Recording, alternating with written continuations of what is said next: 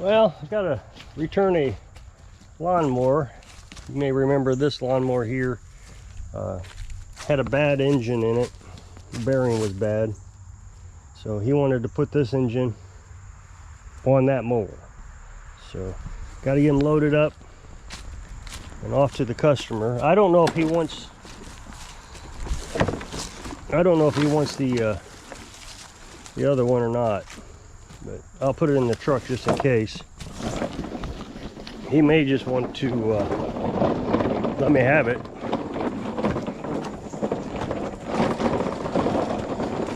I would like to have the carburetor off that engine, that bad engine, if he doesn't want it. I'm not going to charge him anything but for delivery and pickup costs, because I don't want to warranty this. And I've already told him that. He argued with me, so yeah, I'm going to pay you anyways, but I don't think I want the money. It's here's the thing.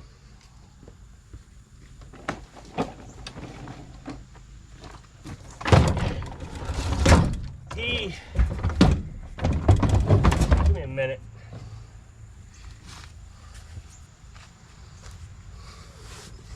He said he wanted the store to reimburse him. He said he bought it and it was on sale, some sort of, closing out sale.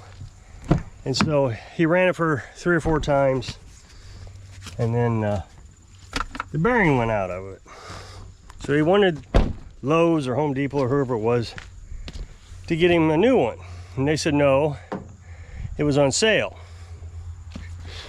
So he was upset about this, and he says he's done tons of research and realizes now that these Craftsman mowers are terrible, which has got a Briggs & Stratton engine in it, that these Briggs & Stratton are not that bad. So he's all upset about it. And he wants it running. Well, the thing is when he brought it over, it's like 3 or 4 years old. I probably could tell. I forget. I mean, I've looked. It's 2 or 3 years old, 4 years old. So it's more than just I bought it last Christmas or something. So I might have to get the top off to see it. I don't remember.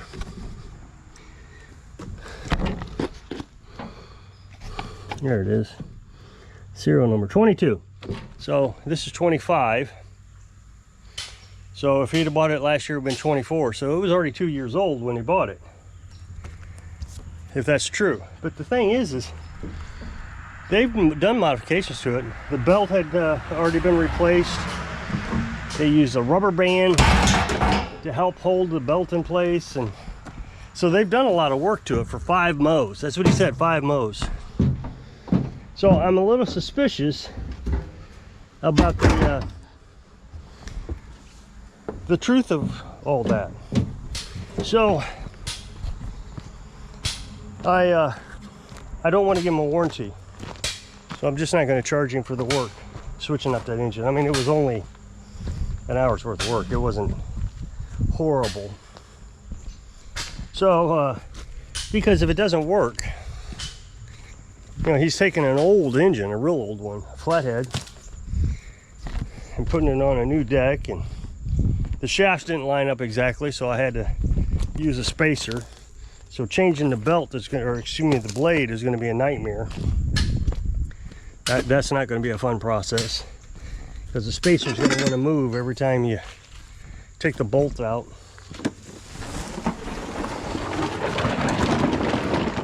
So just get the and the thing is, I was thinking about not even charging him for the pickup and delivery. That way there was no question that I didn't want anything to do with this after he got it back. But Carolyn's right, I did do some work to it. If I'd have got it over here and said, hey, you know what, I can't fix it, I wouldn't have charged him anything. But since I did some work to it, it is in a running condition. I guess I should start it just to make sure it's still running. And that was the other thing. He said the engine didn't run, but I started it. It ran great. And he said, no, you got to run it for 15 minutes after I told him it ran great. So I ran it for 15 minutes, made a video of it. So there's another thing.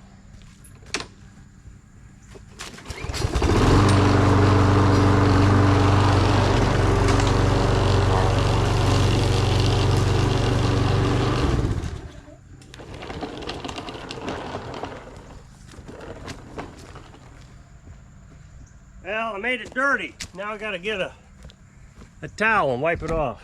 Let's go get a towel. So, you know, it just worries me that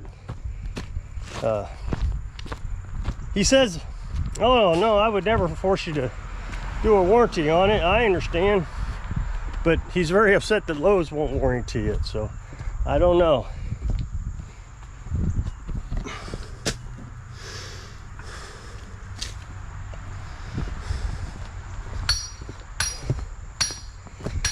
You know, I bought these for 100 of them for 20 bucks. Shop towels. And thinking that I'd wash them and reuse them. But it uses so much soap to wash that I don't know if it's reasonable to think that we should worry about washing them. Use a lot of soap. So for 20 bucks, probably just a good idea to replace them when I run out. I didn't use that many. Maybe 10 all year.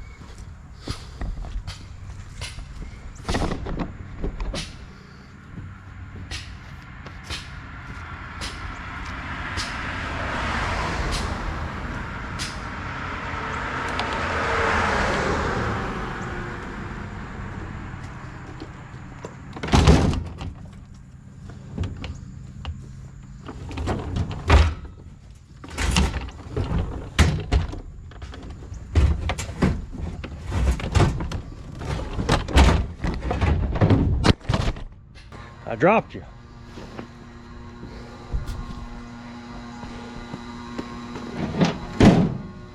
Oh, so got a chainsaw in yesterday, and I'm not going to make any money off of it. It's the engine shot, so I don't charge for diagnostics. I know a lot of people say I should, but I don't.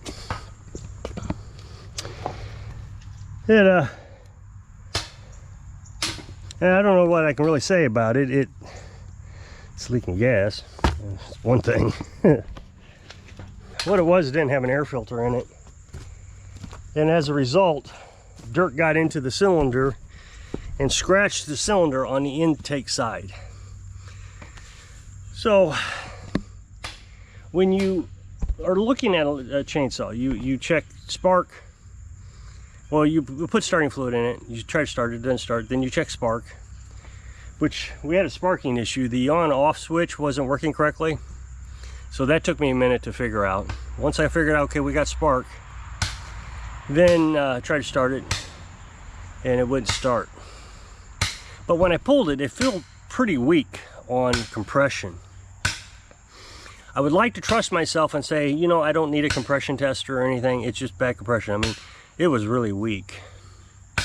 So with the spark plug out, I went ahead and took the endoscope and looked down into the cylinder, and it looked beautiful, just clean.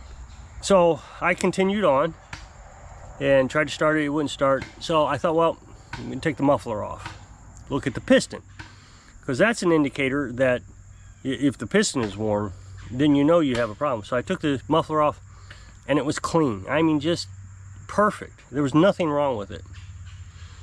So I thought, well, maybe it's a spark plug issue. You know, you can get spark and not, you know, with your spark tester. So I checked the spark with putting it up against the ground. I was getting ready to get a new spark tester, and I thought, you know what, I'm gonna look inside that cylinder with the muffler off just to make sure, because typically when you look at the endoscope, you just see the exhaust side of the cylinder. You can get an endoscope that has a turning around thing, and you can, mine doesn't do that. So when it goes in there kind of straight. And so that's all you can see is the intake side. Well, I mean, if it's a bad cylinder, you're going to see it right away on the, on the exhaust side. You're going to see it right away. If it's a bad piston, you're going to see it right away. But I thought, you know what? This one didn't have an air filter on it. So I took my endoscope and I looked in from the exhaust side through the cylinder onto the intake side, and there was one line up and down, just like that. Something had gotten in there and got stuck behind the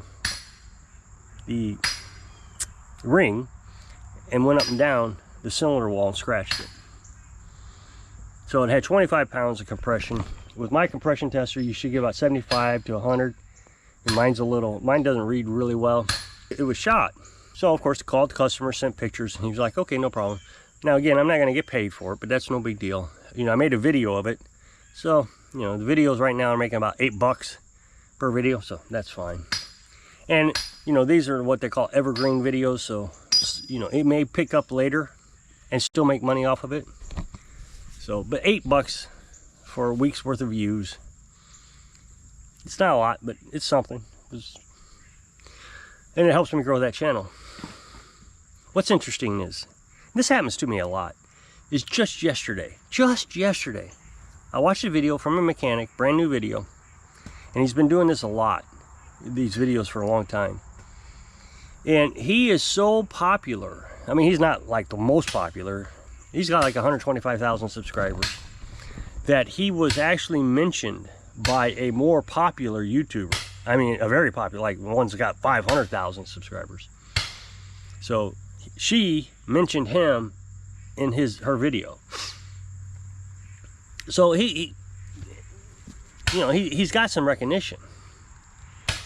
So he's showing us a chainsaw, and he says, the only way I could see it was take the whole engine apart. So he took the entire chainsaw apart, removed the engine, removed the upper half of the engine, took the piston out,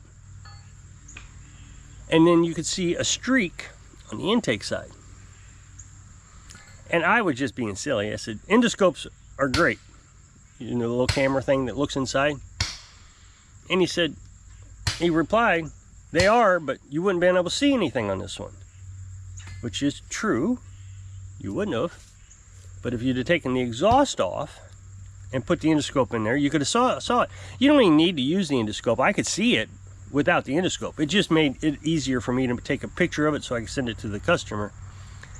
So I guess I'm confused on this. This guy is supposed to be really good. I've watched a lot of his videos. I mean, he's not bad. He knows what he's doing. And he knew enough to take the engine apart to look to see if there was a scratch on the intake side. So that was good. It just surprised me that, I mean, he charges for diagnostic. So, you know, this is going to be a $100 charge for the customer to get nothing for his chainsaw. It just confused me. Why is this guy taking the engine apart? And then when I said endoscopes are great, he replied, you wouldn't be able to see it. You could see it in the video.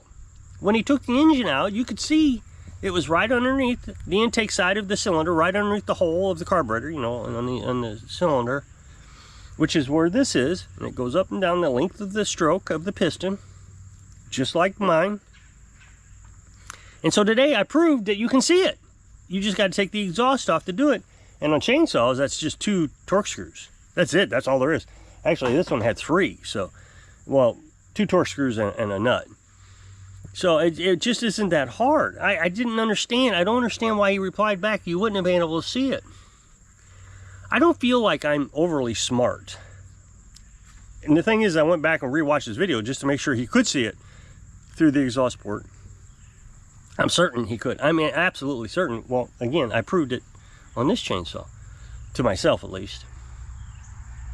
I just don't feel like I'm that smart or have that much experience.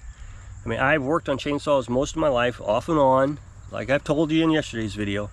But in the end, these guys are saying, you know, I've worked on 20 lawnmowers, 25. I worked for a guy for 10 years. You know, and it's like, well, you're telling me your boss allowed you to tear an engine apart just find a scratch without saying, hey, use an endoscope. Take the muffler off. What are you doing? Secondly, once he realized it didn't have any compression, he really didn't need to go any further. You could tell the customer it doesn't have any compression, unless he wanted to explain to the customer why. But or he was just curious. But in the end, he didn't have to take the engine apart. And to tell his audience that you do, I just thought that was incorrect. I don't understand how people can get away with that kind of stuff. So if you'll click this up next box to take the video to my other channel, really appreciate it. Go check it out. So if I can inspire you to learn things so you can live your dreams. Thanks for watching.